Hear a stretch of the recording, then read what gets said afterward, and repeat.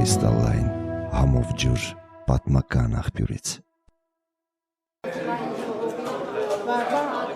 Զաքարյանի եւ Արթուր Սարգսյանի պահով, եթե ձեր պահանջը չկատարվի, արդյոք Հայաստան դաշինքը կբոյկոտի իշխանության թեկնածուի ընտրությունը եւ հավանական է նաեւ հետո ՍԴ-ի մեկ այդ հարցով ազգային ժողովի նախագահի ընտրությունը ոչ լեգիտիմ ճանաչվի։ Կարող եմ հետևյալը ասել, դուք տեսաք process-ը ինչպես ընթացավ, մենք նույնիսկ մի քանի անգամ ընդգծեցինք, որ այս process-ը կարող է ընթանալ օրինական եւ լեգիտիմ ճանապարհով, բայց քանի որ ազգային ժողովում փաստացի մեծամասնության մանդատների տեսանկյունից կարգավիճակը ունեցող ուժը որևէ միջոց չձեռնարկեց այս իրավիճակը օրինական դաշտ բերելու, դատախազությունն էլ պարզվեց, որ հայփոստի հետ կապված խնդիրներ ունի, ունեցանք այն իրավիճակը, որ փաստացի ազգային ժողովի նախագահի ընտրությունները ակնհայտ սահմանադրության խախտմամբ են ընթանում։ Զուտ ձեզ կարգը պարզաբանեմ։ Ազգային ժողովի նախագահ կարող է ընտրվել ազգային ժողովի ցանկացած падգամավոր, որը առաջադրվում է։ Ազգային ժողովի падգամավորներից յուրաքանչյուրը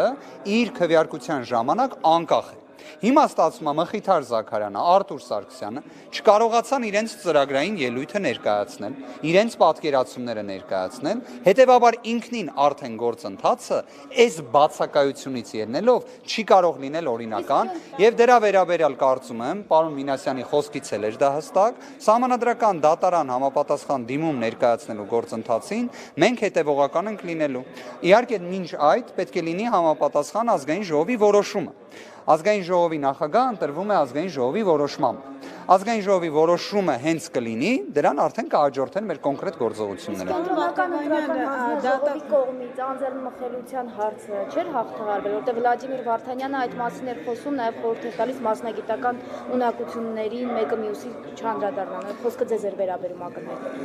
Ես կարծում եմ, ես առաջինն էի, որ մասնագիտական ունակությունների վերաբերյալ գնահատական հնչեցրեցի։ Դրան Վլադիմիր Վարդանյանը արձագանքում էր զուտ պաշտպանական բնազդից ելնելով, բայց իրականում եթե վերջինս իր մասնագիտական խղճի նկատմամբ ազնիվ լինի, իմ կողմից հնչեցված գնահատականը միանշանակ կընդունի։ Մի պարզ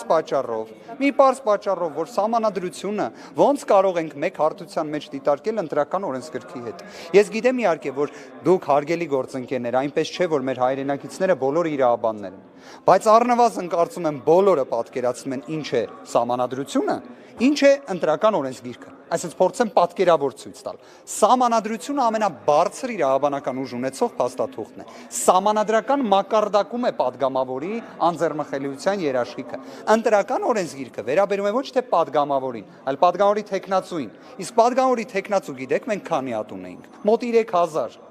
Հիմա 3000-ին ոնց նույն հարթության մեջ դնես, ինչ 107-ին։ Բացի դրանից, կարծում եմ, այստեղ մի քիչ խնդիրը կարող է լինել այն, որ կարծես թե քրեական դատավարության նաև ոլորտում բավարար գիտելիքներ չունեն, քրեական դատավարության օրենսգրքի 31-35-րդ հոդվածները նույնիսկ պարտադրում են քրեական վարույթը կասեցնել, եթե գործի քննության ընթացքում ի հայտ է գալիս անձեռնմխելիության կարգավիճակ։ Իսկ այս դեպքում ի հայտ է եկել։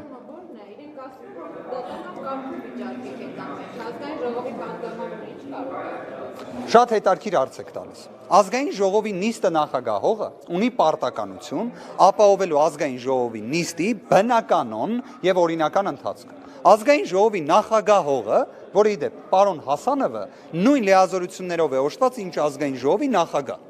Պետք է առնվազն ինքը ընդմիջում պահանջեր, անհապաղ կապ հաստատեր գլխավոր դատախազի հետ, ով որ քրեական գործի օրինականությունն ապահովողն է։ Պատկերացրիք ստեղ ազգային ժողովում պարոն Հասանովը, դրսում գլխավոր դատախազը եւ պահանջեր, որ անհապաղ երկու падգամավորները լինեն ազգային ժողովում։ Սա լիիրավ օրինական պահանջ կլիներ, նույնիսկ ոչ թե կարելի ասել պահանջ, այլ դա իրենց պարտականությունն էր։ Այսինքն ազգային ժողովը, եթե հետևողական չի ազգային ժողովի կանոնակարգ սահմանադրական օրենքին, Հայաստանի Հանրապետության սահմանադրության պահանջներին, բայլով պետք է հետևողական լինի։ Գործընկերները արդեն մի քանի օր պատգամավորություն Մենք Ճիշտ հարց եք տալիս, իդեպ ես ինքը սենց հայտարարեցի, ես անձամբ գրավոր տեղեկացրել էի դատախազությանը եւ այսօր պարզեցինք, որ դատախազությունն էլ ուզում էր ինձ արձագանքեր, ուղղակի մարտահրավեր էր վրա հասել իդեմս հայ փոստի։ Հիմա այդպես ստացվեց, իհարկե թող բոլոր մարտահրավերներ լինեն հայ փոստի պես, չէ, ստացել էին, պատասխանի մեջ էին ուշանում, այդպես էր ստացվել։ Դատախազությունից նաեւ առավոտյան ակցիան այսպես բնութագրեցին անհիմն ու քաղաքական շահարկումներ իրականացող այս մասով ինչ։ Ես կարող եմ ասել, որ մենք խոսում ենք մի դատախազության մասին, որը արդեն այնպիսի վերելքներ է ձեռք բերում կամ արձանագրում օրինախախտումների, որ արդեն իսկապես վերջ չկա կատարելությանը չակերտվում։ Ոնց կարելի է անձեռնմխելիությամբ օժտված անձին առանց ԱԺ-ի համաձայնության թողել կալանավորված։ Դուք չեք պատկերացնում սրա մասշտաբը։ Հարգելի գործընկերներ, այս հարցի վերաբերյալ դուք առաջիկայում տեսնելու եք դատական ակտեր, տեսնելու եք սահմանադրական դատարանի դիրքորոշումներ, որով արձանագրվելու է այսօրվա տեղի ունեցածի իրավախախտման մասշտաբը։ Զուտ հիշեցնեմ ձեզ, դատախազության շատ մեկնաբանությունների փորձեք ըմբռնումով մոտենալ, որտեղ դրանք բոլորը քաղաքական ճնշման պայմաններում են կատարվում։ Դուք հիշում եք, չէ՞, նույն դատախազությունն է, որ ասում էր 301 հոդվածը աշխարհի ամենահստակ հոդվածն է, աշխարհի ամենավորոշակի հոդվածն է, հետո սահմանադրական դատարանը ճանաչեց հակասահմանադրական։ Այդ նույն են դատախազությունն է, որ ՍԴ-ի մասին ասում է, իրենք Հռոմի պապից կաթոլիկ փորձեցին գտնվել։ Հետո գալիս են դատարանում ասում են մենք երբեք նման բան չենք ասել։ Մի քիչ փորձեք ըմբռնումով մոտենալ, խնդիրը ուրիշ բանում է, որ սա ի վերջո բացասական, շատ բացասական երևույթ է ազգային ժողովի 8-րդ գումարման աշխատանքների տեսանկյունից։ Սա է ամենամեծ խնդիրը։ Նախագահի ընտրությանը չեք մասնակցելու, հստակ է, որ միջև Կարծես տեսնում եք, մենք արդեն այստեղ ենք, իսկ մնացած հարցերի վերաբերյալ առաջիկայում կտեղեկացնենք, ես էլ գնամ գործընկերներից միանամ։ Եթե չկարողացաք ձեր անձեռնամխելի երկու պատմությունների շահերը պաշտպանել, ինչպես եք պատրաստվում պաշտպանել ժողովրդի եւ նաեւ գերիների շահերը հետագայում, եւ ընդհանրապես հետագա աշխատանքը ինչպես եք պատկերացնում։ Կարծում եմ դուք շահերի պաշտպանության տեսանկյունից առավել քան հստակ տեսել եք վերջին շրջանում ինչպես են կարողացել պաշտպանել։ Ես ինքս կասեմ, որ փաստաբանական ոլորտում ես իմ գործընկերների հետ միասին կարծում եմ բավականաչափ հստակ պատմություններ ունենք, թե ինչպես են կարողացել նույնիսկ ամբողջ ռեպրեսիվ քաղաքական մեքենայի դեմն առնել։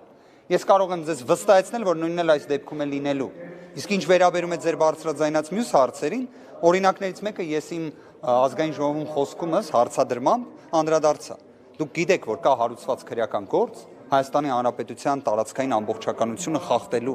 մեր ինքնիշխանությունը, մեր սահմանների անառակությունը խախտելու վերաբերյալ, եւ այդ նույն դատախազությունը, որը այդպես հերոսաբար Սյունիքի, կարելի ասել,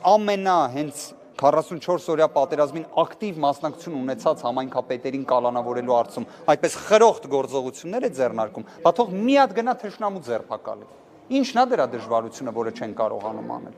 Ինչի է տեսել ենք ինչքան իրավապահներ ունենք։ Դուք հիշում եք, որ կարելի ասել միայն վերջին շրջանում ասֆալտին փռելու օպերացիաների ժամանակ քանի իրավապահներ էին։ Թվականակը ուղղակի հիշեք։ Շնորհակալություն արգելի գործընկեր։ Օրոք է նշանակվել, արդյոք կարող էր այս իշխանությանը, այսպես ասած, ենթարկվել, ինչի մասին կարող ենք եզրակացնել ձեր։ Ձեզ ասեմ, Արտուր Դավթյանը որպես իրավաբան, իր գիտելիքների տեսանկյունից ես դա առաջին անգամ չէ, որ ասում եմ, պատրաստված իրավաբան։ Այլ հարց է, որ որպես գլխավոր դատախազ անկախության լրջագույն դեֆիցիտ ունի։ Եվ ես օրինակ կարամ հստակ ասեմ իմ կարծիքը, այդ անկախության դեֆիցիտը նրանում է, որ Արտուր Դավթյանը միայն վերջին 2 տարիների ընթացքում 2 անգամ ստացավ իր կոչման բարձրացում։ Դուք տեղյակ եք, թե քանի անգամներ է Հայաստանի Հանրապետության գործադիր իշխանության ղեկավարը գնում դատախազությունում շնորհավորանքներ անում, մեդալներ բաժանում, պատվոգրեր տալիս։ Այդ բոլորը հիշում եք։ Էլ չասեմ, բոլորդ հիշում եք, թե Սյունիքի մարզում ինչ էր կատարվում, երբ Հայաստանի Հանրապետության վարչապետը բառացի Սյունիքի մարզային դատախազին, մարզային քննչականի պետին, ասեց գնացեք հələ գործ հարուցեք։ Մոտավոր այսպես։ Հասկանում եք։ Այսինքն նման ցուցում տալով։ Եկեք հետևյալը պայմանավորվենք, հարգելի գործընկերներ, ես վստահաբար կամ ես կամ գործընկերներս դեռ կվերադառնանք, ձեզ շնորհակալ